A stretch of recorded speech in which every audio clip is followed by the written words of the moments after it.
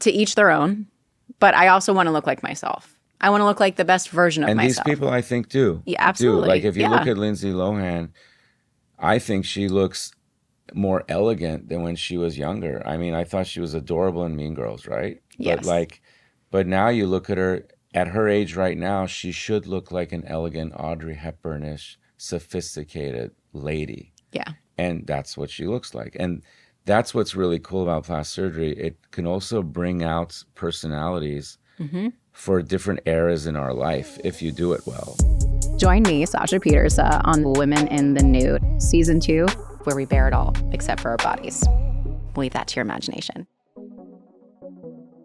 Welcome to Women in the Nude. You are the first guy to sit on this couch and be interviewed. I can't tell you what an honor that is. That's amazing. I'm so excited. And your title is extremely clever. Thank you. In a very evolved way. I apprate that. Yeah. I didn't think about it. It gets flagged, though. Oh, it does? Yeah, Okay. I've made it an acronym. I didn't think of nice. Okay. when you say Women in the Nude on Google. But then they go look at it and they're like, this is intelligible conversation. Thanks. Appreciate that. So I have Dr. Ghavami here. I'm so happy that you're here. I can't even tell you. You are a plastic surgeon. Yes. But you are so much more than that. I love hearing just in general, you speak about so many things that excite me, even just the history of plastic surgery. So I'm going to have so many questions for you. Of course. Ultimately, I think maybe we just start with what made you want to get into plastic surgery? Thanks for having me again. Once again, it's a true honor being the first male. So, plastic surgery in my culture, the Persian culture, is not taboo. A lot of teenage daughters get it for graduation gifts, once they're old enough. And by now, all Persian families know when the nose is matured enough to have surgery because it's not going to grow much more. So it's kind of almost become a rite of passage in Iran and certainly in what I call Tehrangeles because there's so many Persians in LA. So I grew up here and I remember being around 8 or 9 years old and both my mom as well as her best friend had their nose jobs at the same time and they're recouping at our house. I love that. I actually have a picture. Maybe I'll even give it to you. You can put it up, where I'm sitting in between them and they have their cast on. And this is in the 80s. I just told you how old I am. That's great. So how could you not at least be intrigued with that kind of environment? And then, I've just always been drawn towards visual. Men in general are very visual. I'm extra visual. And so I like aesthetics in everything. I admire a Porsche GT3 engine. I admire you like curves. Of a Ferrari. Yep, you knew it. You said it before I did. Yep. I think curves are very important. It defines certain features. It defines a Ferrari. For me, it defines what I see as a quintessential female silhouette. And the aesthetics of the nose, the architecture of it. When I go into a different city and I travel the world, the first thing I do, I always try to go to one of their main churches or places of worship. And I love going to a museum and I love looking at the buildings. So I have so many photos that I actually go back and look at. I know a lot of people don't, but I go back and look at pictures of buildings. Like recently I was just in Chicago and I was taking pictures of the Wrigley building. I was going to say their architecture is great. Yeah. I mean, architecture to me is essentially not much different than building a nose or reconstructing or building a breast or shaping a buttock and doing 360 body contouring. Yeah. So I was drawn towards that visual. And then my mom was I'd always smelled like paint because she was painting. She did all these really cute paintings of old school kind of cute faces, kind of like village type Persians, but cute doll-like faces. Trying to think who the artist is that does it. The artist with the big eyes. Yeah. Yeah. She did something kind of like that. That's and so cool. We had those all over the house. My dad does design and construction. He does finishing for houses and structures. So we're like a family of creatives. And then my great uncle, my dad's uncle, was actually a very famous singer back in Iran who was kind of like the Sinatra of the 70s and 60s in Iran and taught a lot of proteges. So, and then I played guitar since I'm 15 years old. I dabble in drawing. I took sculpting and advanced sculpting in undergraduate at UC Irvine. So I've just always been into that kind of creative thing. To me, that's what separates. I mean, birds can be creative when they make a nest, but it's more just an instinctual thing they do to survive. Yeah. I almost feel like for us, human evolution and being an evolved human involves imagination, creativity, and progress. And for me, that's from my brain to my eyes and to my hands. Super cool. I mean, it makes a lot of sense. I feel like plastic surgery is the creative outlet for surgery in general. Exactly. I love that lens. I love that you look at life that way. I can't imagine that it's an easy thing to do, to become a plastic surgery. To become or plastic surgeon. Yeah. Yes. Yeah. It's a long journey. People think you go to med school and then you become a plastic surgeon, you choose it and that's it. But I remember times in the early part of my training, because we do 1 year less than brain surgeons. Brain surgeons are usually 7 years long. Plastic surgery is 6. And some residencies are actually 7 years long. So it's not like this short, easy journey because you want to do aesthetics. When I was training, there were times I remember in the early years in trauma, and I was chief of the burn unit. I mean, I was dealing with 5-year-olds, burns all the way around, reconstructing them, skin grafting them, bringing artificial skin, massaging. I massaged the heart, had to open a chest up in the emergency room. We put a Foley, which is a catheter usually put in your bladder. We put it in the atrium and pumped about 30 units of blood in to some woman who had fallen 6 stories. Grade 6 liver lacerations. These kind of things are the foundation of all surgery disciplines. Some people get away with not doing much of that, like ear, nose, throat guys, urologists. They kind of just do 1 year of that and move forward. And the training's changed now for plastic surgery. You do less of that. I was at the era where we did about 2 or 3 years of that. So, I saved lives in a different way. And now I feel like I improve lives and save them in a completely nuanced way now. But it's a long journey. It's not easy. And you have to be top of your class in med school to even get into plastic surgery. Well, I mean, which is how it should be. Yeah. But also, I think when people think about plastic surgery, there's, first of all, a lot of stigmas involved in the U.S. still, even though I think people are more willing to talk about it now. But you also, I feel like, get this feeling that people think it's only aesthetic, but it's used for so many different things. Yes. Even just, breast cancer and reconstruction surgery, like you're saying, like there's so many important life-saving mental health reasons for plastic surgery. And I will say, because I've gotten surgery, I will say that growing up, it was something for me, for my childhood, where it was very much looked down upon. Mm-hmm. But then there was also this other standard of you have to be skinny, you have to be beautiful, you have to be naturally beautiful. And there's this line of like, you can't do this, but then you also have to be perfect. Mm-hmm. I was around 4.5, 5 when I got into the industry. So I've been in the industry for over, a little over 25 years. And so, there's always been a version of impossible standards for me to live up to. Mm-hmm. With PCOS, I've had very visual, what a lot of people would call imperfections, which is really unfortunate. But I had a mental block for so long that, at that point, like I can't have either. Naturally, my body is rejecting, healthy hormones and that sort of thing. But then also, like, I can't aesthetically change myself because that's wrong, which is so sad that I feel like there's so much shame around it. Mm-hmm. And ultimately, what you find with a lot of PCOS patients is that when you can finally lose weight, it helps your hormones. It almost balances it. And I'm not saying that you need to get liposuction or you need to do anything that you're not comfortable with in order to regulate your hormones, but they do help each other. A lot of people are not financially able to. I mean, that list can go on as well. But I will say I was so lucky with having my son because I don't have any cysts on my ovaries. I was able to get pregnant pretty easily. Okay. That's a blessing. Such a blessing. My pregnancy was hard. We were both healthy. I didn't have any gestational diabetes or anything that can come with PCOS, but I carried pretty terribly. Mm-hmm. And my skin in general scars easily, bruises easily. Like it's not great. Obviously, there are worse things. Yeah. But when I was in the postpartum phase, my hormones regulated for the first time in my entire life. It can happen to a very small amount of PCOS patients, if you will, where their the having a baby actually is like a major reset. But I think it's like 0.05% of women that have PCOS. So luck of the draw in so many ways.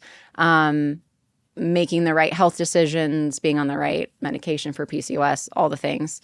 I lost almost all of my baby weight. And that got me to the point where I was very healthy with my regular periods, but I had so much loose skin. Like my boobs were like to my belly button. It was wild. And my stretch marks were really rough. Do you know the fancy word for that? Pancakes? It's spelled Pieterse. Don't get me hungry because I'm starving. I am too, to be fair. Pancakes, butter. Yeah. Pizza. It's PTOSIS.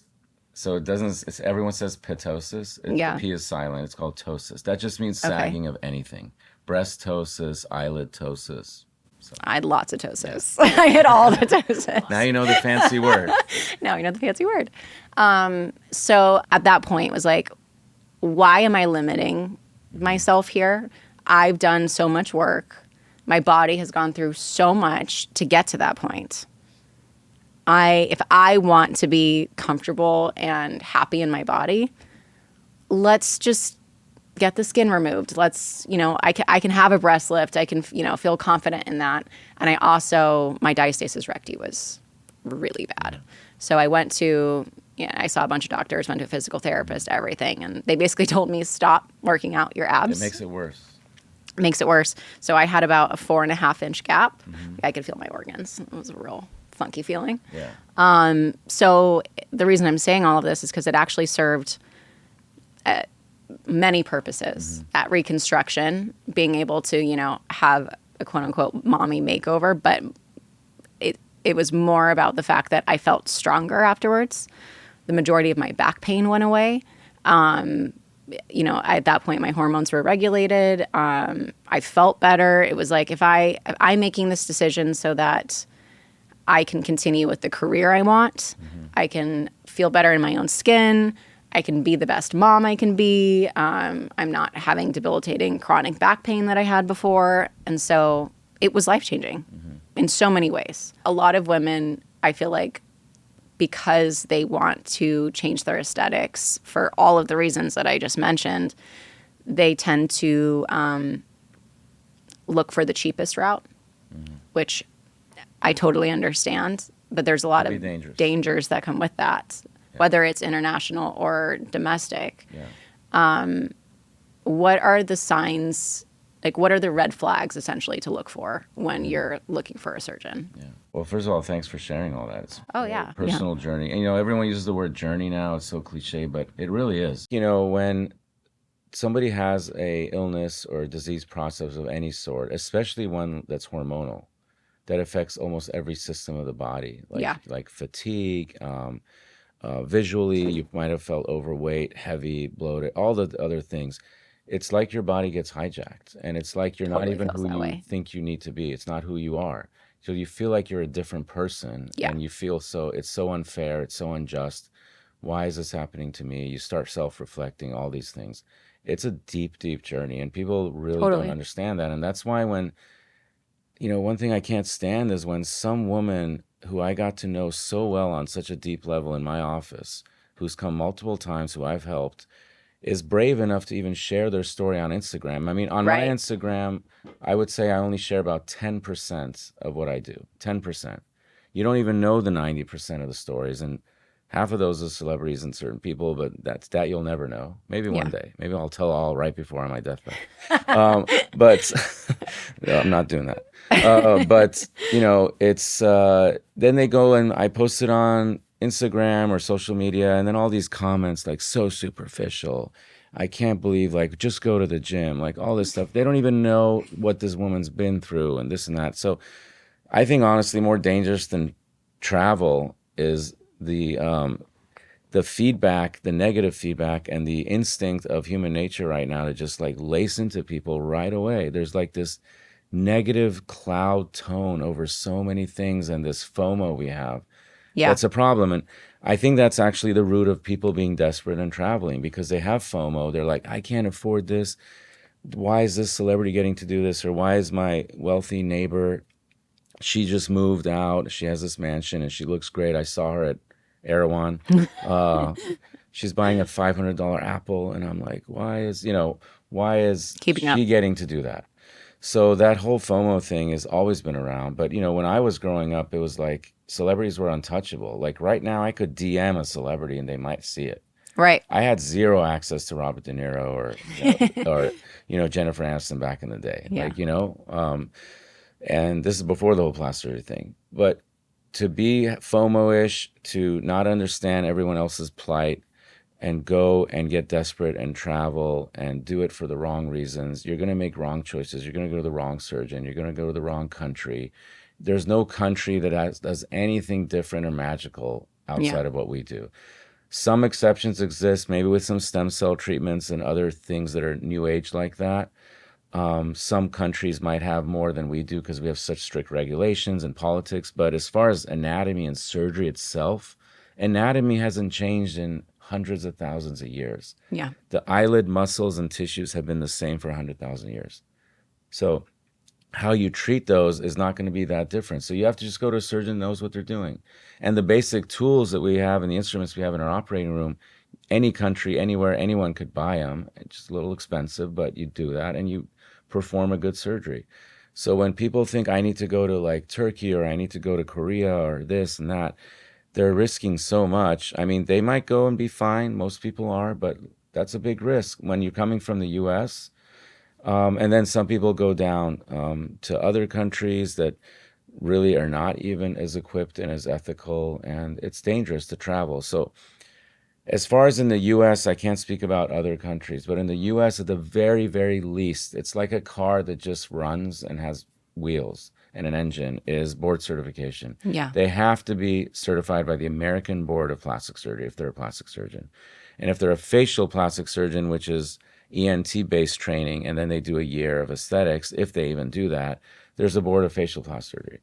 So that's it. I mean, that's all there is here. There's OB-GYNs that do stuff. There's, this has been going on for a long time. There's family practitioners that do liposuction, and no one knows. They think they're cosmetic surgeons, plastic surgeons. It's a big problem. And I can't tell you how many, there are board certified plastic surgeons that also are not that great. I've trained with a few where I wouldn't let them do anything on me. And that's the other thing. Like, they might have the best billboards. They might look attractive, have a gorgeous office, but yeah, that doesn't mean anything at the end. The good thing is that we're seeing better and better surgery now through social media. But with AI, and we can get into this, before it was Photoshop. When I first came out, it's like I knew colleagues down the street were Photoshopping because I'm like, that's not possible. And then I was seeing some of their patients in my office for revision, and they were saying, that's not clearly what I look like. He Photoshopped me. So there were people Photoshopping their afters left and right. And it's unfortunate, but in any business, you have the low-hanging fruit, low vibration people that just don't care about the morals and ethics of their practice that they work hard for, and they just want to just get it fast. And I tell my fellows, because I co-direct an aesthetic fellowship in LA, it's actually the most sought-after fellowship I just learned in the entire country. Cool. And it's USC-based. And the fellows that come through, I always tell them, like, there's no rush. It's the same thing I tell my daughters. There's no rush to grow up. Trust me. And my parents would tell me this, and I'm like... I was going to say, my parents told me this too. And that's ridiculous. I'm like, no. I want to drive. I want to be able to drink. I want to travel. There is no rush. The innocence and naivety and idealism that comes with youth, keep that for as long as you can, until you have about 10 of your best friends screw you over. Wait for that to happen. It's so true. Wait for a traumatic relationship. Wait for that toxic person. That will happen. It's happening earlier now because people are learning tips and tricks on TikTok. I don't know where these, like, my daughter knows these guys that know these like tricks and games they play. I'm like, wow, like this is 35-year-old advanced stuff for a 16-year-old. I don't know if TikTok has like a recipe on how to be the most toxic male you can be, but they're definitely following it. So scares the shit out of me. Yeah, it's a whole thing. How old is your... He's 4.5. Okay. You have some time. By then, there'll be hologram tutorials. Well, I literally said that. I'm like, what am I going to have to worry about and search for when he's a teenager? There's going to be so much AI. There'll be a robot in the house. It's unavoidable. Maybe a robot pet. My husband wants a robot pet. It's too soon. I don't want it. I'm like, something where I'm no, gonna I'd rather say too not have soon. it. Yeah, agreed. Yeah, because I don't know who knows. Black We already Mirror, have that's all I Alexa think about. listening. Our I know. phone's listening. Now you got a little pet you have to worry about. No, thanks. The good thing about a dog that's real listening is they're just all love. They're It's not going to the go unconditional report you to love. the CIA. Right. So the FOMO thing, with the FOMO thing, it's a real issue and it's a big deal because it's international. You know, there's kids who have access to iPhone and Instagram in little villages in Indonesia that are looking at Kris Jenner's recent facelift, and they're probably telling their mom, like, I mean, it was a good one, but yeah, but it was a great one. But the thing is, it's it's to be desperate to me is unevolved. Like, be patient, do something small. If you don't like your love handles and you can't stand your diastasis recti, which means the muscles are separated, and if you work out, they actually keep going away. Yeah. But something needs to make room for a baby's head. So the muscles have to separate, the fascia weakens, the connections, all that. So, like, I consider tummy tucks reconstructive, although I do them very aesthetic with high definition lines and really sculpted and hourglassish and all that. But still, kind of wish you did it. But you can do it. You can do it again when you feel like it. When you feel like it. But I think people just need to be patient. The trainees need to be patient. The patients need to be patient. I mean, your name is patient. Yeah. So just be patient and just do maybe lipo of your love handles. And if you can't stand your double chin, do a little liposuction here. Look thinner, feel better, wear some Skims or Spanx, go to the gym, work out. Then you have money in a year or two. Do it with a reputable certified plastic surgeon in America. That's my opinion. Now, there are countries that offer good stuff, so you got to really do your research. But and I'm friends with a lot of them. In fact, in Miami, in about 3 weeks, I'm chairing an entire rhinoplasty symposium that's between the American Rhinoplasty Society, which I was president of 2 years ago, and then the Rhinoplasty Society of Europe. So half of the 60 experts around the world are from Europe, Turkey, Middle East, all over, Korea, Japan. So it's really cool. We share ideas and everything. So there are reputable people around, but those guys are not cheap for their country either. Right. The ones that I'm friends with that are on panels with me from other countries, for their country, they're expensive. Yeah. So there's a couple of things that I wanted to touch on. There are a lot of influencers now that are actually doing the right thing in so many ways. It's actually not necessarily even plastic surgery. They'll show you the comments before they started their fitness journey and after. Celebrities are doing that too, where they're like, they get all of these comments about you're too fat, you're this, you're lazy, go to the gym, do all of those things.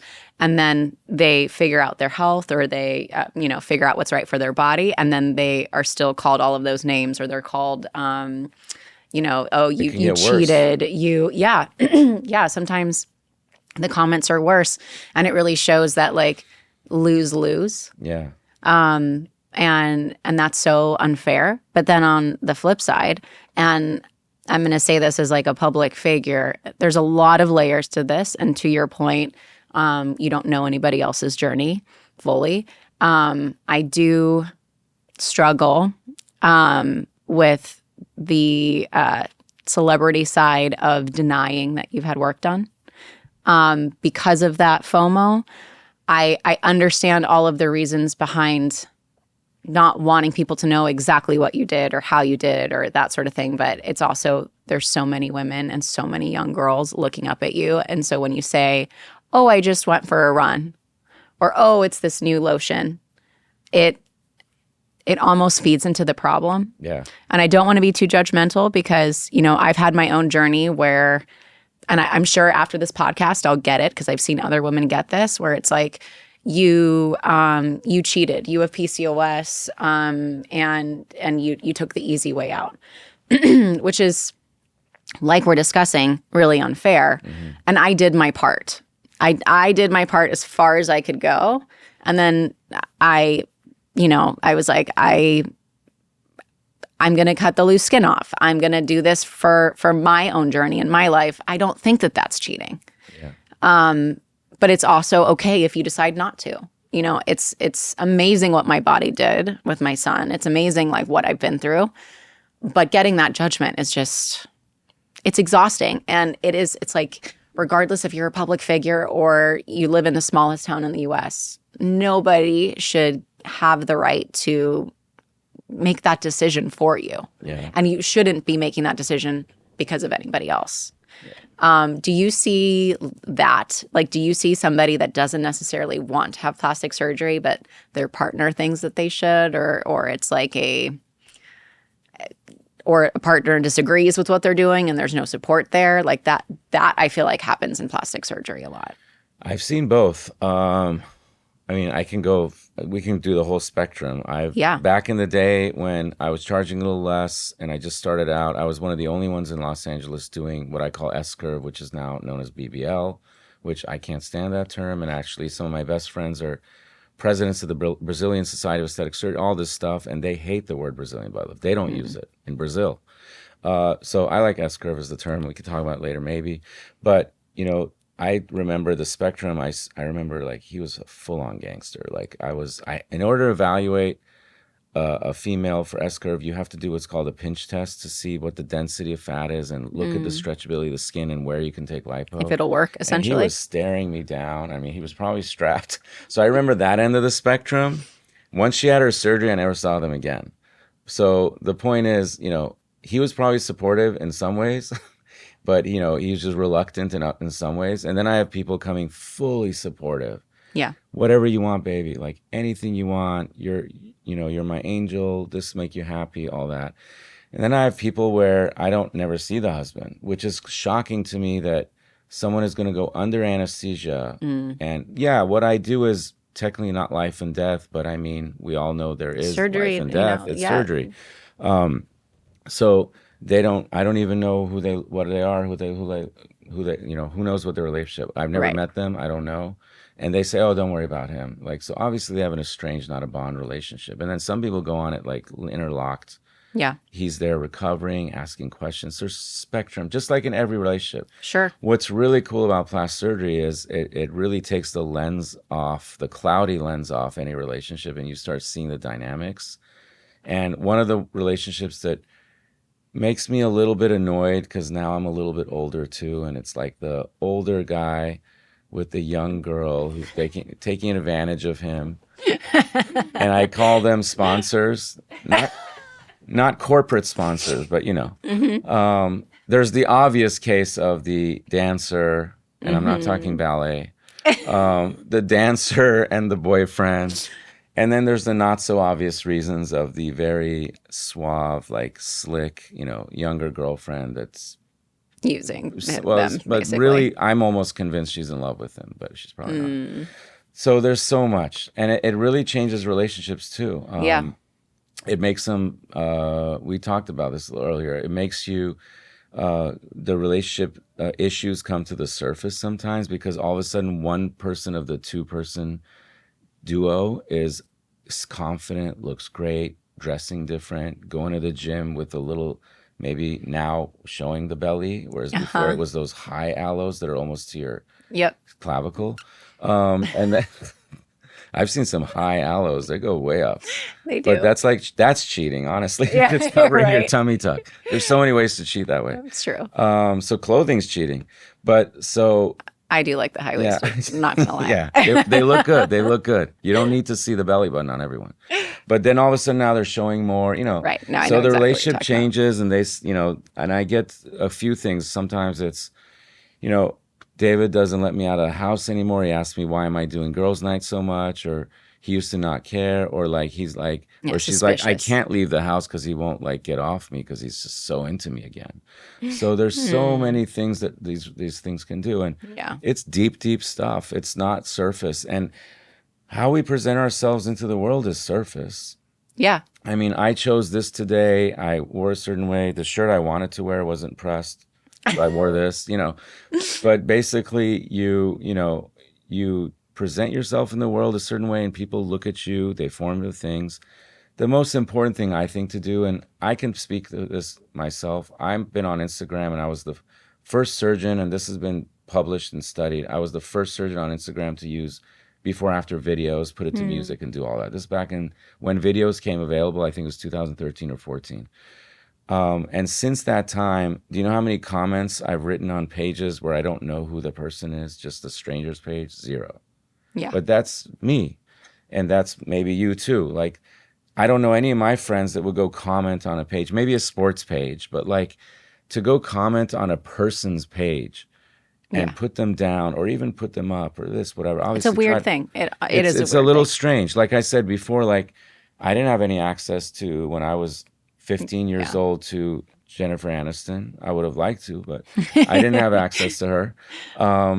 Now, like I could send her a DM. Maybe one night she gets bored and might see it. It's weird. It's a weird world we live in. Yeah. So I just think the adage goes, and I tell my daughter the same thing. I'll never forget, we were at Dupar's in Studio City. I wish it was still there. Now it's a Sephora. That should say a lot. Best pancakes, by the way. Really good pancakes. So she was sitting there, whole family, and some boy walked by slightly younger than her and turned to his mom and goes, "Look at that girl. She's so pretty." And she just lit up. She was so excited, so happy. So I went and sat next to her. I kind of congratulated her. I go, "That's amazing. He recognized you so much. It's so good, such a good feeling, right?" And then I told her, "You never, ever, ever in your life need a man or another person to tell you you're pretty. I know it feels good, but you don't need it. Yeah. So just, this is good. This is one example. You're going to get it your whole life. You don't need it, though. Take the compliment." Yeah, I said it's not important, but I'm glad you're happy. So I wanted her to remember that. Yeah. And to this day, I think she's one of the most confident people in her friend group, even though people still keep trying to take her down. And, you know, the haters and that thing, that's all real. It's not going anywhere. No, it's not. And the deep fakes that can happen with AI in the future, the bullying level that can happen.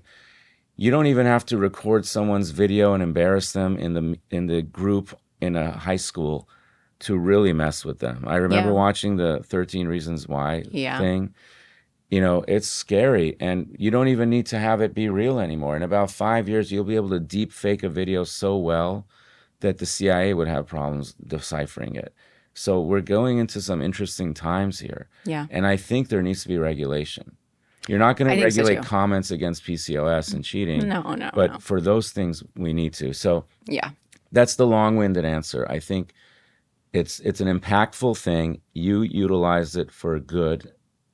And self-journey and self-improvements.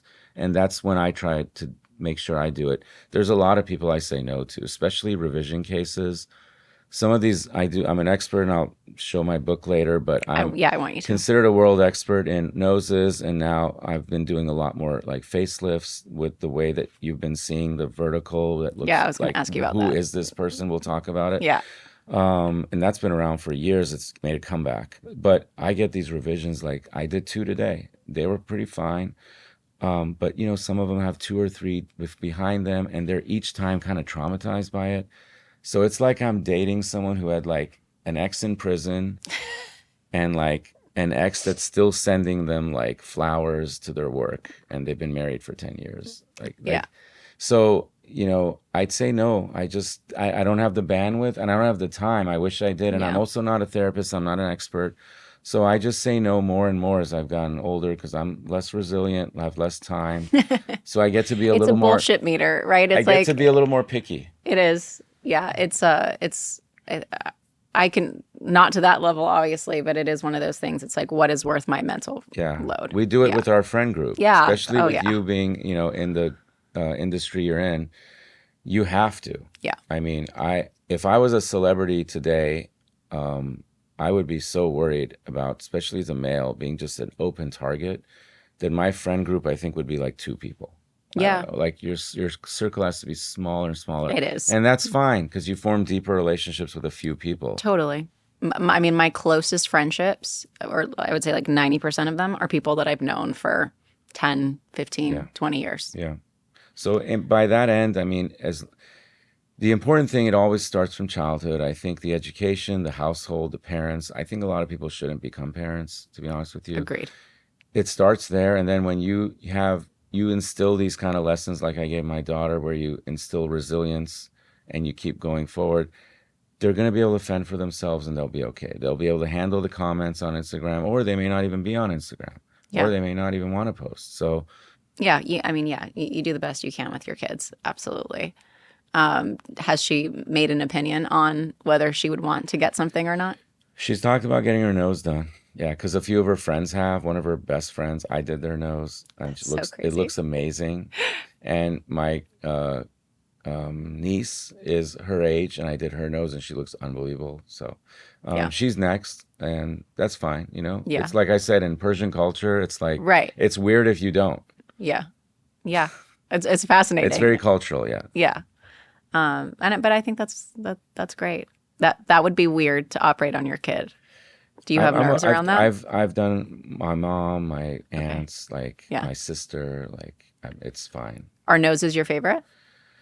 My favorite is based on the person. When I see a person, sometimes they don't even see me for the thing that I would want to do on them, which is a tricky thing. I don't mention it, but they'll see me. And at parties, if I get cornered, they're like, "What do you think I need?" I'm like, "Nothing. I need a drink." Yeah. You're not a party trick. I try not to go down that rabbit hole with anyone because it can be bad or very good. And I don't need the business. So the thing is, with her, I think it's fine. It's a rite of passage. It's conversations we have naturally.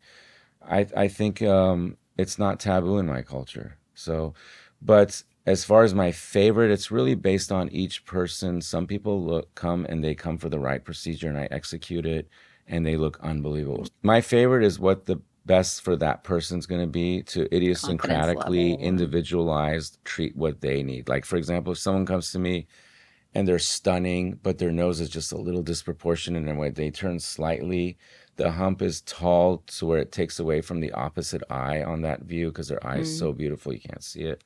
You do the nose right, and it's just like everything just comes into place. It's like the last finishing touch on a house remodel, but the house is great.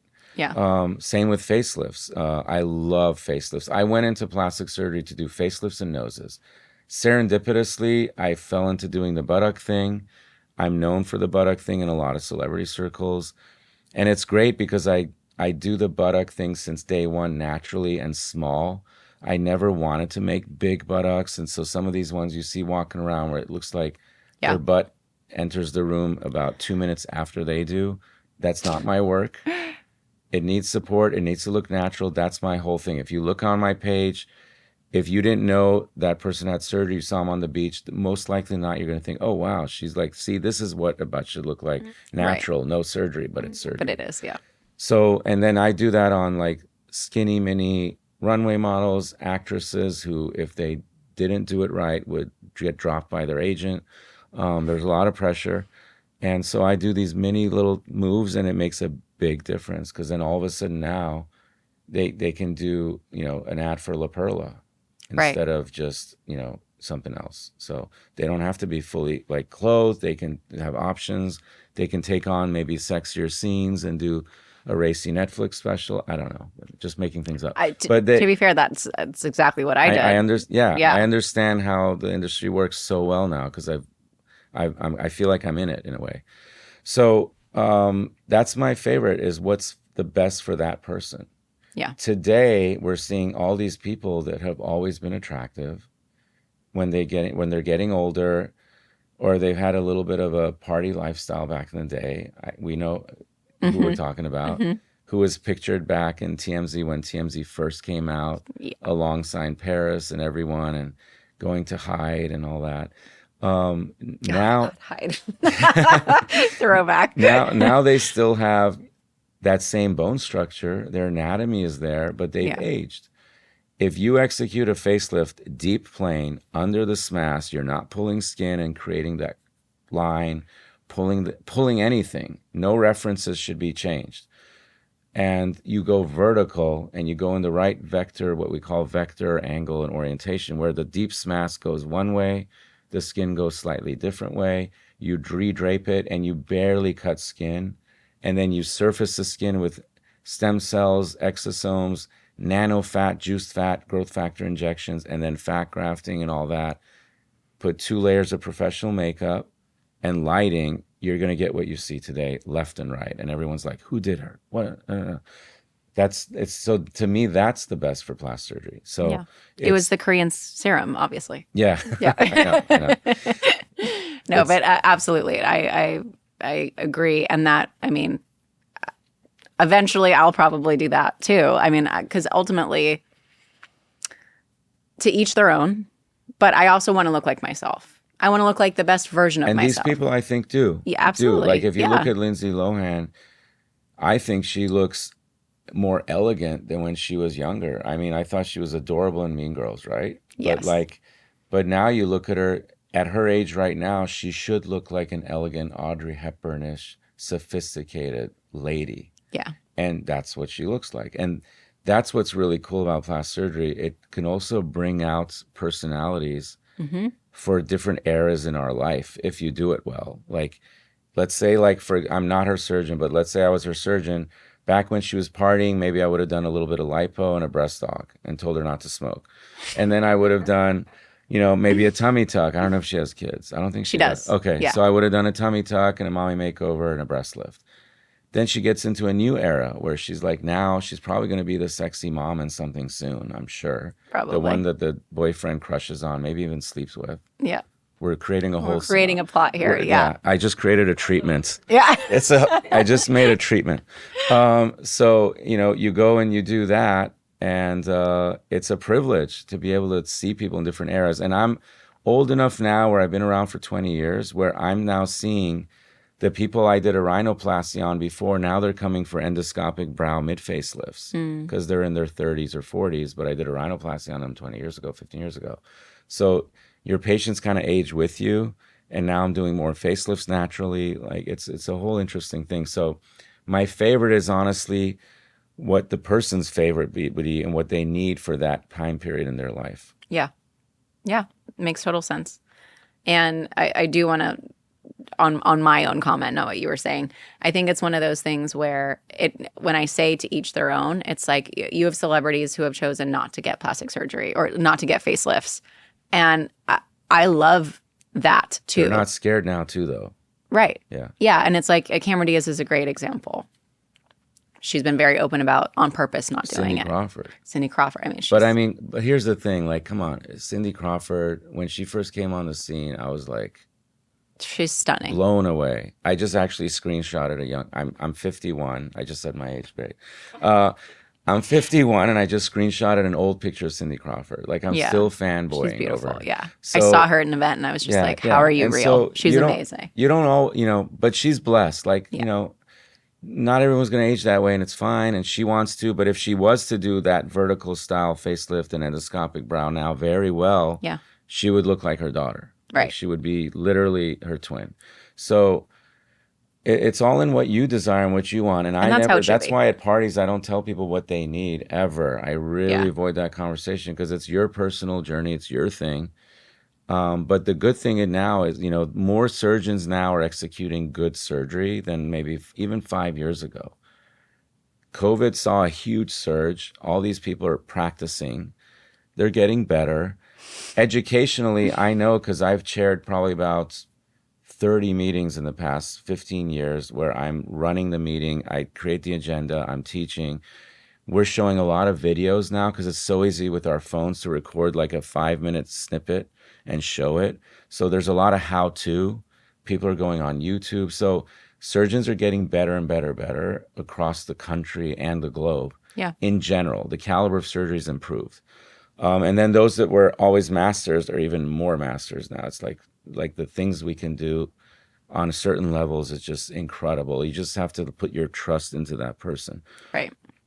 So it's I'm really happy, for example, Lifestyle Lift isn't around anymore. That was this one where they had infomercials where the light was 6,000 times brighter than that thing. I don't know how they weren't doing this. Blinded, where no wrinkle was showing, 5 layers of makeup. And then in the before, they were like this. Mm-hmm. And people were buying it. And they thought that in 1 hour, they could get a local awake lifestyle lift. And they had so many lawsuits, they got back, they shut down. So now at least we're back to real. Yeah. The vertical type deep plane facelift that's being done right now with some endoscopic camera work, that was being done in 1990s. It just kind of took a dive and only certain people did it. And now more people are doing it. They were back to the basics. Once again, anatomy doesn't change. Techniques do. Right. As going back to what you said about like your era as you age, I think there's also trends, right? What is trendy, what isn't. Looking the young more, will always be trendy. for sure, but the like looking more fake or yeah. looking more natural, There's still circles like that. Right. I get people, I've never done the whole like putting a horn thing. And even people that want to do dimples. I did a dimple creation in a very big celebrity and I was like, fine, but it's not my thing. Like, yeah, those are different things. You're changing someone in a different way. right. Horns are just ridiculous. That's body modification. Like, Or the donut. Why do people want that?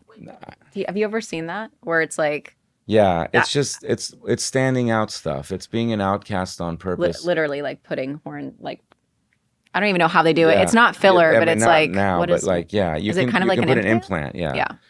And then we used, people were doing permanent implants in the lips, and I've had to take a lot of those out. It's a pain in the butt and replace it with soft fat.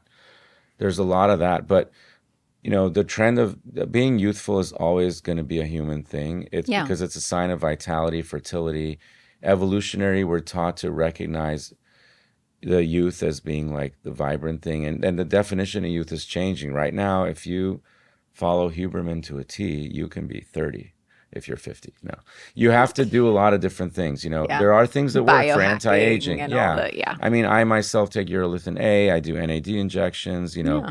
I do some peptides here and there when I think I need it. I curate my whole thing, but it's the trends of looking very artificial with the big lips, the high cheekbones. That's now fringe.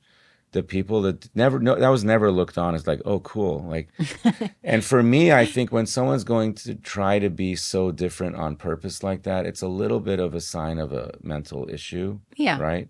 But it's also a very sad sign of someone not feeling like they belong. So they just say, screw the norm. I'm going to go so this way that I'll be in a group of outcasts. But to me, once again, you're just in another group. You just exchange one group for another. And is it fulfilling? Like, are you? Oh, no way. I know the answer, but they're not happy. Yeah, it's a different. It goes back to that, like your worth and what you feel. Yeah. You need something like that to feel like you're. They definitely, that's beyond the scalpel, as I say. Right. Yeah. Yeah. Like Renee Zellweger, they probably removed a little too much fat and skin, so it changed the aperture of her eye, which, if you look at Me, Myself, and Irene, which is one of my favorite movies, was that the name? Yeah. Yeah. Yeah. She looked so cute in that. And she just lost a little bit of that, eyes are very important. Like when I do eyes, I'm very subtle with that. I don't want to change their look. That's why I ask for pictures of themselves when they're younger. With her, I would have just seen Me, Myself, and Irene.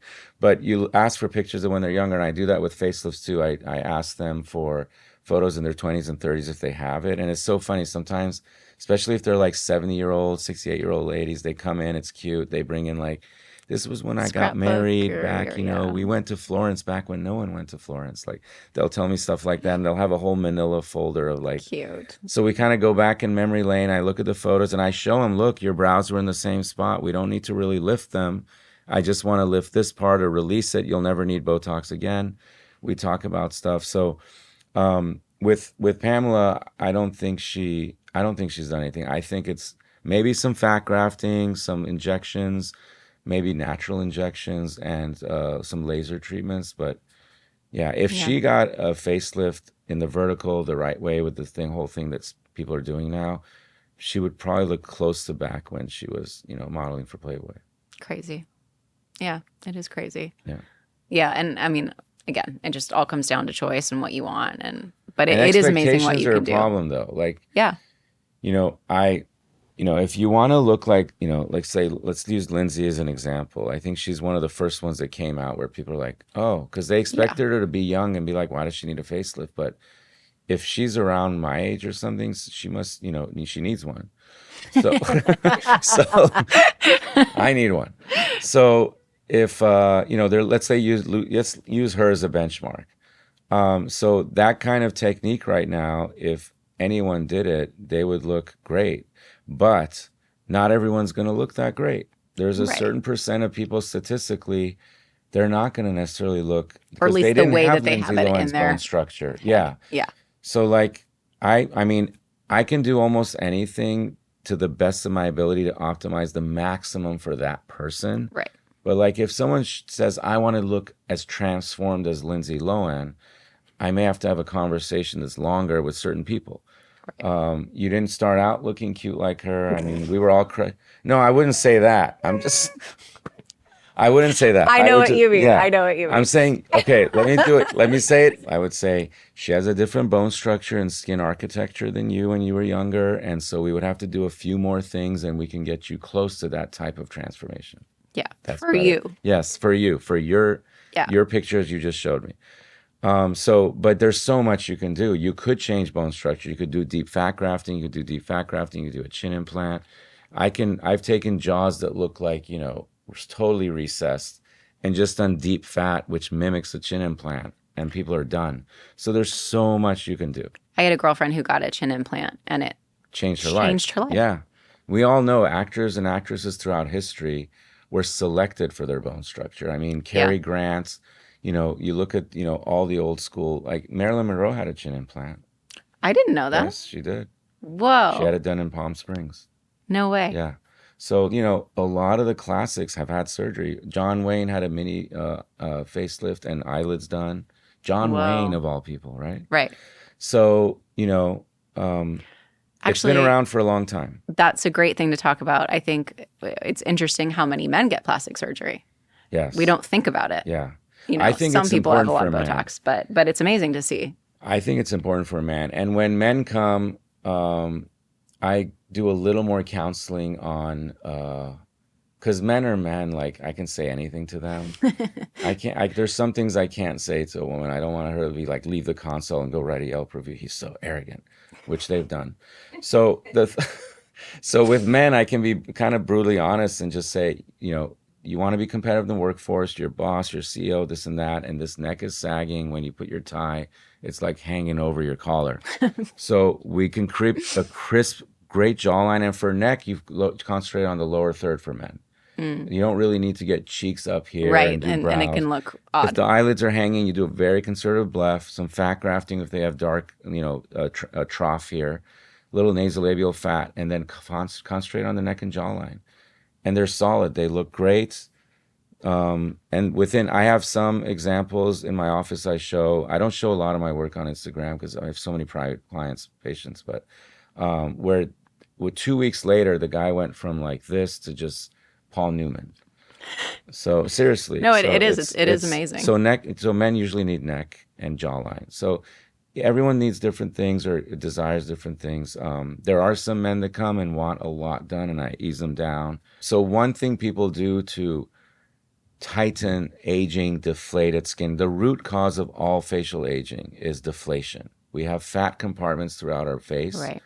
They segregate and separate and deflate. They're like balloons. When you see a cute little chubby 1-year-old, all the fat compartments are stuck together, but they actually have jowls like me. I mean, not jowls, nasolabial folds. They have this, you have to grab, like I'm a little baby right here. So you have, all the fat's so tight and their skin is silky porcelain. There's not a pore inside. They smell great, all that. I know. Kids are Hendrix's face. They're precious, yeah. But, as we get older, we don't become so precious and the fat compartments deflate, they separate. And then you get like the jowls, you get all this. And so deflation is really the root cause of aging. So a lot of it can be fixed by doing select fat grafting and slight pulling. You don't have to always do a full-on facelift. So you can do like mid-face, just slight lifts, little skin tucks or no skin tucks, radio frequency, heating the skin to contract. Or in some cases, we talked about a big chin implant to compensate for the sagging or ptosis, PCOS.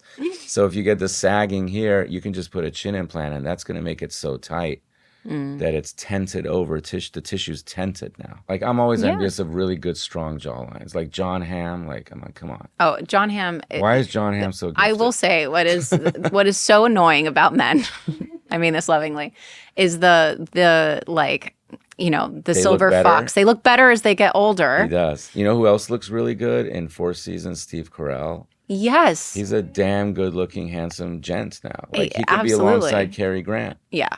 Yeah. So that's But annoying. not everyone. I not so much. If I shave That's this not beard true. right now, I would look like an ostrich.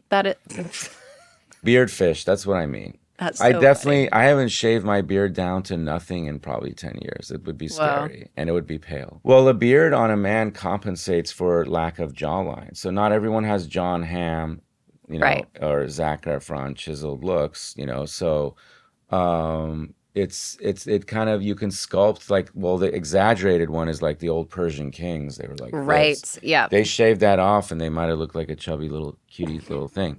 But like you can look chiseled because you can shape your beard just like you can do a haircut good or bad to frame the face. Right. So beard fish is the term.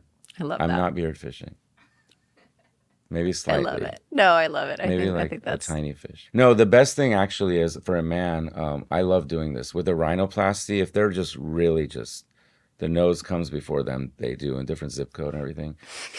We make the nose just straight, demure, matches their face. Yeah. By the way, a lot of male celebrities have had secret rhinoplasties. I can totally spot it from a mile away. And the chin jawline, if that's a little weak and everything else looks good, a chin implant with a little fat grafting or just fat grafting and a little neck lipo to draw this in, especially if they're young, it'll stick right away. Yeah. Does wonders. And then they grow a little bit of beard and then they're just like John Hammed out. Right. That's Okay. a verb. Did I just John Hamm verb it? I'm going to use it now. Okay. Yeah. What's interesting too, it was like genetics. So you're saying you look at, somebody's photos when they were younger. Do you ever look at their family photos? Very good. You know what I do with the daughters? A lot of moms come with their daughters and like I'll be doing a rhinoplasty consult and then some of the moms like take over. It's like, we know who the helicopter is here. So they end up making the consult all about them. That's So annoying. I end up doing a whole face, eyebrow consult to the mom and the daughter's like, okay, mom, it's my turn. Yeah, like it's I funny. came That in for happens. the So I get to see families come in together. Today I did a revision rhinoplasty and literally I think the grandma, the mom, everybody was in the waiting room and it's a cultural thing. They were Armenian. That's Yeah. that's It's really Armenians cute. and No, Persians, a lot of them. That's really cute. Yeah. I always say like, and I actually have it in my book on this of how to consult with different ethnicities. With Persians and some Italians too, and like old school, like they bring in at least one or two family members. So like the room is not just one person. Yeah. So you kind of have to kind of entertain the room in a way and be careful Right. what you say and everything. It's a whole dynamic. Yeah, that's different. My parents are both very lovely looking humans. But there's certain things you get older and you start looking in the mirror. And even if it hasn't completely happened yet, I'm like, oh, I see where this is going to go. And I see where that's going to go. And what you're just, You can kind of predict. predisposition. Yeah, It's yeah. like you can understand what's Sometimes most likely going to it's happen. uncanny. You could look up like the grandma or the great grandma, and like Yeah. you've probably heard it. We all hear it. Like you look just like cousins or uncles Right. or like yeah. And so yeah, family lineage is a thing. So, but I do ask for younger pictures of the person. If their daughter happens to be around, or they'll tell me themselves, like I looked just like my daughter when I was younger. I'll bring her in. Yeah. And so that ends up That's being an interesting. interesting thing. Yeah. Yeah, like the eyelid thing, I want it because I know that I will need it. But see, it's part of But your. when do I get it? I honestly, I wouldn't do it for you for a while. Like if you came in, I would tell you to wait. I don't know how young you are, but the thing is, 29. okay, so you're super young, yeah. But although, with Ozempic and weight loss and changes, it's not, before it was so unethical in my training to even, if I told like my examiner on my oral board examination, I would I'd do a deep plane facelift on a 35-year-old, I'd fail. But today that's changed with bypasses, lap bands, Ozempic, lifestyle. Some people just like really like look a certain Things happen age faster young. than- Yeah. So yeah. I think the youngest deep plane facelift I did was 38. We really our cells start aging at 30. They go through what's called senescence, where each cell starts to age, and then you accumulate what's called zombie cells and cells that don't function. They're just burdens on the body and they cause inflammation, and there's all this stuff you could take, and that's why people do like hot sauna, cold plunge, shock the system. We can do a whole podcast separately on all this, but Do they work? yes, Yeah, if done right, there's actually research behind it. Like red light therapy, the right red light for hair does thicken the follicles and does help. So, but you have to do it right. You can't wear the Yeah. red light cap on you for 5 times and say, "What happened? Why I don't see Right. change." Consistency. Yeah. So it's a lot of people fall off and aren't compliant. Yeah. So for you right now, honestly, all I would tell you is just do maintenance with maybe exosomes, which are basically like the FedEx envelopes that communicate between cells. So you just inject exosomes because it's rejuvenative therapy. Okay. And then I I've would tell never you, heard. I don't even know what that is. yeah, I've an never heard of it. exosome is a cytokine. It's how cells communicate with each other to tell them like, wait a minute, Shape up. Yeah, yeah, that's a good way. Yeah, it's a booster. It's like a Yeah. pep rally cell. It's the pom pom. I love that. So, but for you, honestly, like part of, I think your allure is your eye shape, the color, the shape. So just like Renee think it's Zellweger, the you have to eyeliner, be but careful if appreciate you that. ever did do it, it would be a very subtle amount, maybe in 5 years or more. Okay. Yeah, there you go. Good to know. Yeah. How do you feel about fillers? There's a role for fillers. You know, I think they get a bad rap. I mean, we still do them. We do a ton of them. My aesthetics nurse does them. Chin jawline, it's the best because it doesn't really cause that inflammation. The lymphatics are located kind of like around your eye and they drain here and then you have them draining around your ear. Yeah. So when you do too much in the cheeks, it's literally like the 101, 405. Nothing's getting by anymore. The lymphatics are blocked. There's a semi truck. It's 2 lanes. And that's where it's dangerous too, right? Well, I mean, it's not dangerous. It's just that you're burdening your tissue with inflammation and blocking the lymphatics, which are supposed to take inflammation away and help your body. You're blocking that function. So it's the opposite of anti-aging. You're actually aging yourself more if you do too much. Now, if somebody has deep nasolabial folds, little bit of a trough and needs just like a little bit to lift their cheek and they're not ready for the fat grafting, mini facelift, endoscopic brow, mid facelift I do, then they come in and they just do a little filler, et cetera. And then before the surgery, we dissolve it if they're going to do it sometime soon. Chin jawline, it's great. We place it deep, doesn't block your lymphatics. You get a little bit of tightness. If they have a little jowling, you put some here. Then, you know, women can't grow beards like me, so you can't beard fish. So we can do a little bit here to just get that jawline just looking good. And I've done this in a lot of celebrities. Honestly, 2 or 3 days before photo shoots, red carpet, it's okay. The Met. Yeah, that was the most recent one. It's okay to do that, honestly. Those mini things, along with a little bit of refresher laser, like clear silk, different wavelength lasers, we have them all. Like those kind of things are maintenance. I don't see them as cheating. No one ever does. I don't think the comments would be as bad in a celebrity's, you know, DMs or underneath their post if they did laser skincare and fixed their teeth. But for some reason, if they get a breast aug, God forbid. Yeah. But honestly, like breast augmentation too, I mean, think about it. To this day, we're still, even though they're 5th generation, amazing quality implants that don't really rupture anymore, still, you're putting a bag of silicone underneath your pectoralis chest muscle. I mean, it's kind of weird to think about. But Totally. if someone has just nipples and no breast tissue and they can't wear a bra, they can't dress the way they want, and the confidence that comes with just a 240cc small implant, which is the most common size in celebrities, where you can barely tell, why not? You know, and you do it with someone reputable. Right. Okay. So I don't know if you're married or if you're dating or whatever. We don't have to go into that. So before, now, whatever it is, have you had the experience where somebody that you're dating is self-conscious because of what you do? Like feeling like, you know, I can't speak to dating as much, but I can speak to just women around me. Yeah.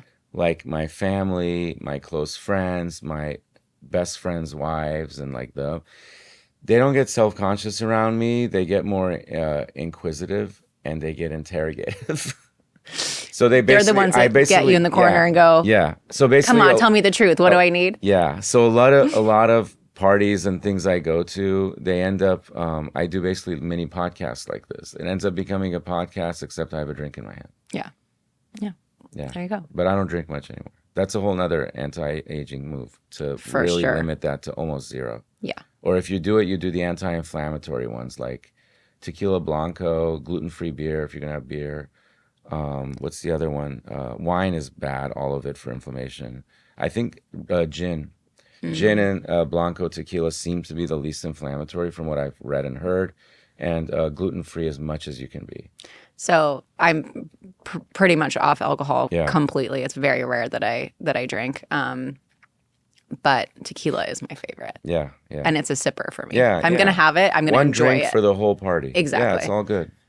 This but yeah. isn't, college where you have to down a quart. Right. Yeah. Those days are behind me. Yeah, It happened and we're not going to go back to that. I have a cannabis beverage. Oh, those are cool. So, so hippie water. I think there's definitely a role for cannabis for CBD sleep, for pain, sure. Yeah. a lot of things. In Europe, I was last year I was lecturing in Sardinia and Athens, and they have some really cool things there we don't have here. They have combo CBD melatonin stuff. They have really good quality CBD, high dose melatonin, a little too much. Yeah. So the alcohol thing for sure.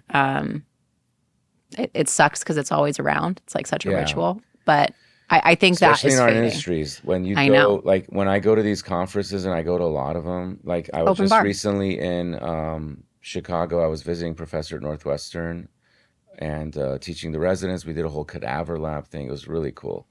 I'll show you pictures off camera. Yeah. But the cool thing was that, the thing that I figured out is that for me, honestly, it's habitual. So I just had the bartender make me like a ginger beer, little bit of club soda, lemon, and then like a tahini rim drink. And I just walked with that and no one asked me anything. Right. It was just like, Well, I did that when I was pregnant before anyone knew. It was a tequila soda, but it was just a sparkling water when with did you lime, and announce people it? At just the 3-month mark? Everyone does 3 months. friends. It was like the 6 close weeks. friends. It was when it happened. Most people. It was around 3, and it was also during COVID, so it made it a little easier to hide. Okay. But in the beginning, it was like, it was right around my birthday, and people were trying to buy me shots, and I was like, no, I have a tequila soda. I'm good. I'm good. Yeah, it's a good trick. My mom actually taught me that. She would just walk around parties, or like she would just do a little bit of the shot and. Yep, absolutely. Yeah. I've done that too, where I tell the bartender, mine will be with water, and then you can do the other. He's like, okay. Yeah. It's sad that you have to do that. You don't have to, but it just feels. Yeah, you don't have I to. want to hold something because everyone's holding Definitely. something. Something in your hand. Yeah. I either need to hold a drink or I need a hug. Something. Yeah. Depends on your group. Yeah.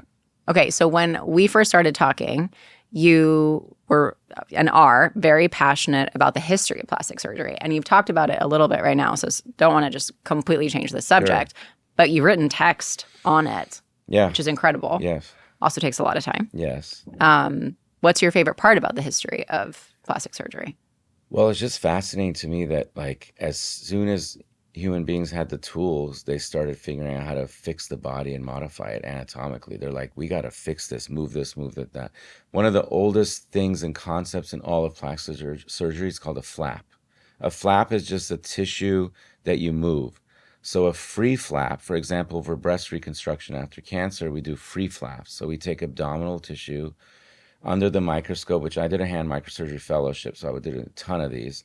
We build a breast and go underneath one of the ribs, take a little portion of the rib out to gain access to the vessels, reattach it, and it has new blood flow. So that's a free flap because it's free off the body. Oh, interesting. There's also rotation flaps where they're still attached by a blood supply leash, and the most ancient of these is 500 BC. A forehead flap in India, and Sushruta created this, and we still do the same technique in 2025. It's amazing. It hasn't advanced. Like I said, anatomy doesn't change. So the flap goes, and when you have, and back then they did sword fights, and some Indians don't have small noses, so the sword, the first thing it hits is going to be your nose unless you're aroused. So the nose gets hit,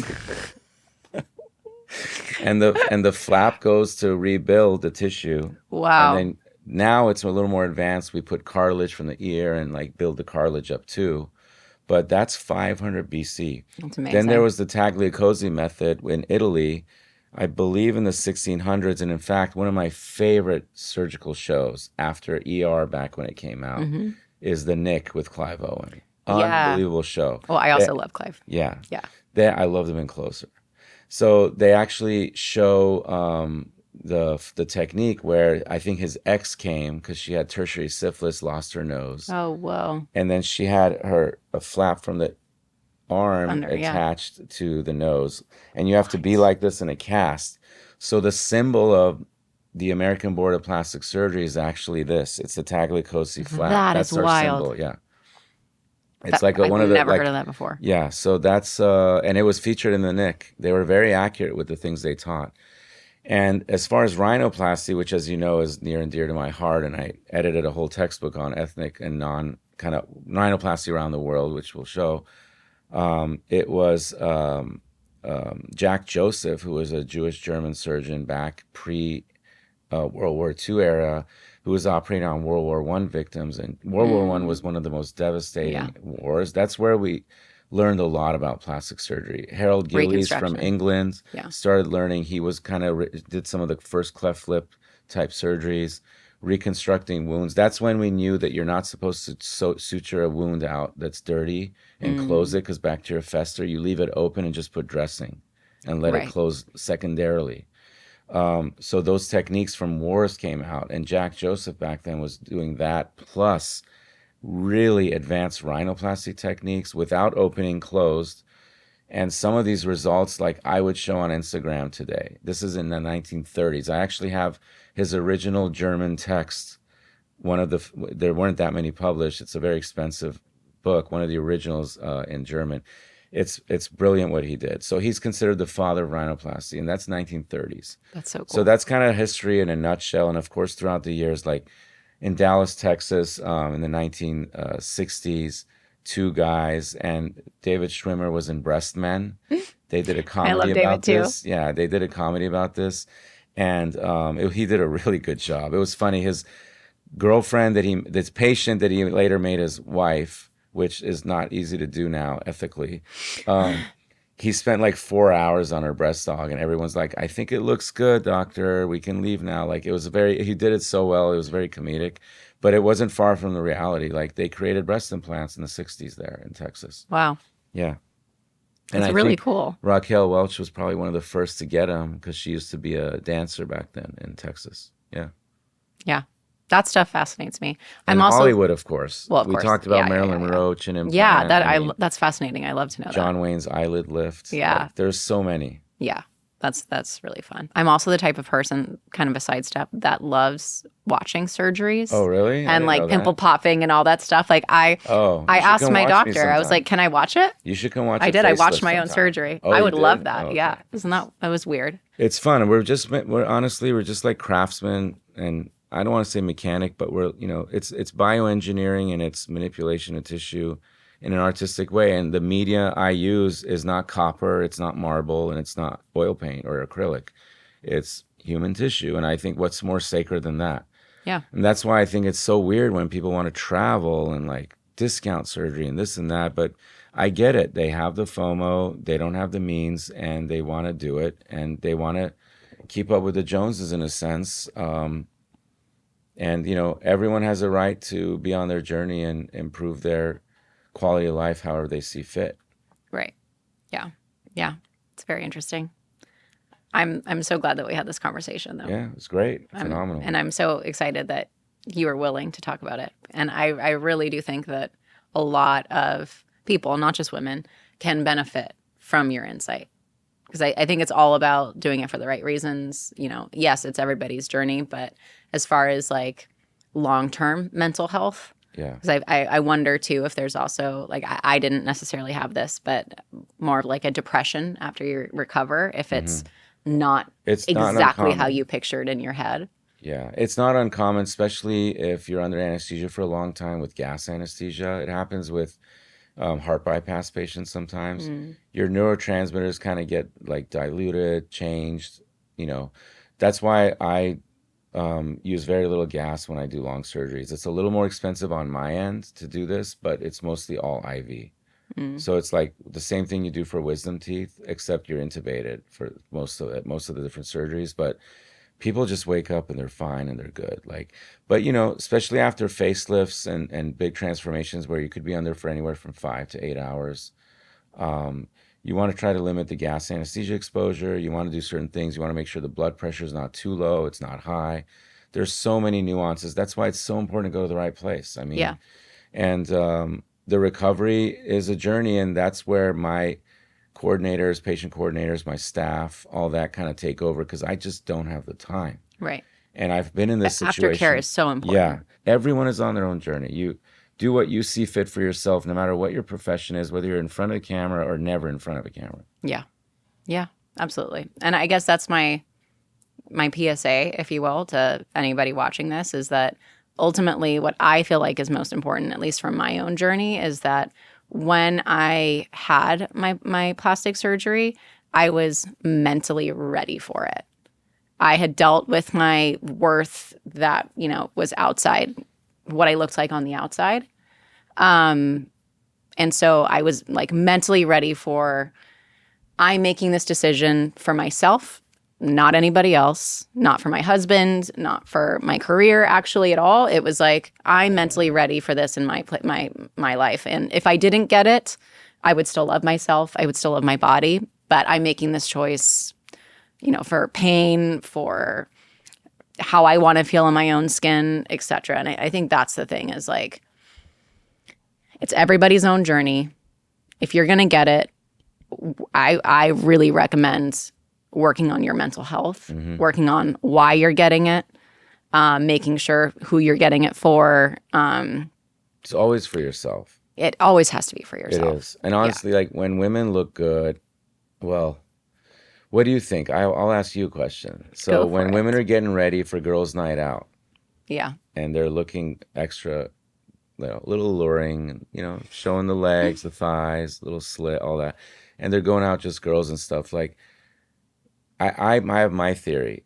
Who are they really dressing up for? Who are they putting makeup on for if they have a man at home? I think it's a loaded question because I feel like there's several answers. Yeah. I think that, like, for me, I have an idea of what I want to look like. Yeah. And it's in so many ways actually like it's not about male attention. In some ways, it's about female attention. That's what I was going to say. I think it's all a women's world in a sense. It's what you want. Yeah. That's why I say it's a loaded question. Yeah. Some women, some people are going out for different reasons. Yeah. My own personal reason is I want to go out and look hot with my girlfriends, and we're going to go have a good time. And if you get attention, you do. So what? Yeah, it's part of it, sure. But it's like, oh, my girlfriend looks hot and she's complimenting me and I feel good right now. And she looks good, yeah. And we feel good together. Yeah. I get it. Yeah. It's kind of like when guys go to the gym. If I work out with another guy, like, we'll go in the mirror and be like, look at us. On this, we need to do that. That's the closest a guy can get, I guess. Yeah, no, I think it's support in that way, though. It's like, it's undeniable that it feels good to dress up, to like, I don't want to say effort, because 99% of the time I'm in my sweatpants, and I think there's a balance there in a good way. But it's like, it feels nice to, do your hair, wear your best shirts, wear your new shoes, whatever it is. It's like, it feels good to be the best version of yourself. Yeah. I've always been a little bit into fashion and been conscious. I mean, I grew up in LA. Maybe that's part of it. But with plastic surgery and beautification of any sort, I think it's like split, like you said, different reasons. Yeah. I do think the best reason, obviously, in an ideal world, is always for yourself, just like when you dress up. But also, it's how you present yourself to the world. And if you're single, obviously, it's going to have an impact. If you're unhappy in your marriage, it's going to have a different impact. Yeah. If you're happy in your marriage, it's going to be great for your marriage, right? Yeah. So it's going to have so many ramifications, but the ultimate core reason should be for you yourself. Yeah. Because that whole revenge body thing after a divorce and all that, like, that automatically implies that you're attributing your goal and outcome of your improvement to someone else because you're doing it in order to affect that other person. So I think that's why I don't like saying that in my office. If someone's recently divorced, first of all, I tell them to come back.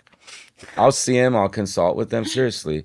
And I'll say, come back in like 6 months when you're a little more chill, this and that. So I think not all my friends are like that. They're like, they're ready. They look great. Let's do it. But there's plus there's a little bit of wait time anyway. But I do think ultimately in plastic surgery is a little different than just going out, putting on a little extra eyeliner, getting your hair a little bit, thing. And showing a little more skin and looking great with your girlfriends, it's different. It's such a deep personal journey. Yeah, absolutely. Well, thanks. Yeah, Yeah. of course. You're welcome anytime. Thank you. I really appreciate you. It's amazing being the first male guest. That means a lot. I'm so glad that you are. It's a little bit of a cheat because most of my patients are female. Yeah, I mean, look, there was a certain reason. Yeah. But really, it's just you're incredibly intelligent and knowledgeable and love what you do. We covered a lot of We topics. did. We covered a lot. Do you want to see the cover? I do want to see the cover, and I want you to show it, I'm a little too. proud of the cover because it's not everyone notices it right away. I don't know if there's a glare. Yeah, so basically it's the globe. I edited this with, trust me, I'm not making much money off this book. It's not like, oh, if you buy this, first of all, it's for plastic surgeons. But I just think it's kind of puts everything we talked about together. It's like a global book about how to do rhinoplasty, no matter what the ethnicity is, because some people don't know how to do, a Hispanic nose or Asian nose or Middle Eastern nose and certain things. So each one of the topographies is actually a nose. If it's you really close cool. up, it's all noses. But anyway, I did it with my friends, amazing surgeons. One's actually Turkish, one of the best surgeons in Turkey, Nazım Çerkes. The other one is Sam Most. He's up in Stanford and just like me, very professory, university-based kind of guy. Does mostly noses. It's awesome. Yeah. I love it. Thank you so much for having me on. This is amazing. Thank you so much for being on. Thank you. Appreciate you. Of course.